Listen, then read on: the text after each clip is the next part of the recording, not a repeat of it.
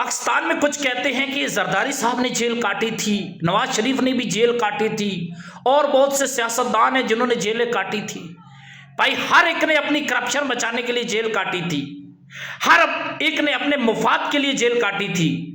वह इमरान खान है जो पाकिस्तानी अवाम के लिए बेकसूर बेफजूल जेल काट रहा है।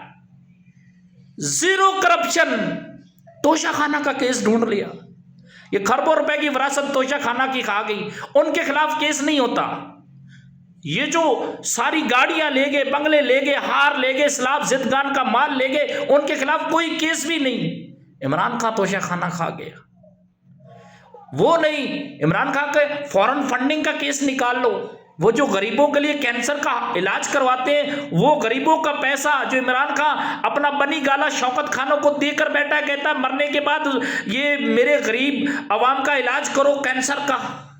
उस बंदे पे यार इल्जाम लगा रहे हो यार। लोग तो आपके ऊपर हंसते होंगे, पर अब पूरी दुनिया हंसती है पाकिस्तानी अदालतों पर कि एक ऐसे मुजरिम को कैद किया हुआ है जो पूरी दुनिया का खजाना है।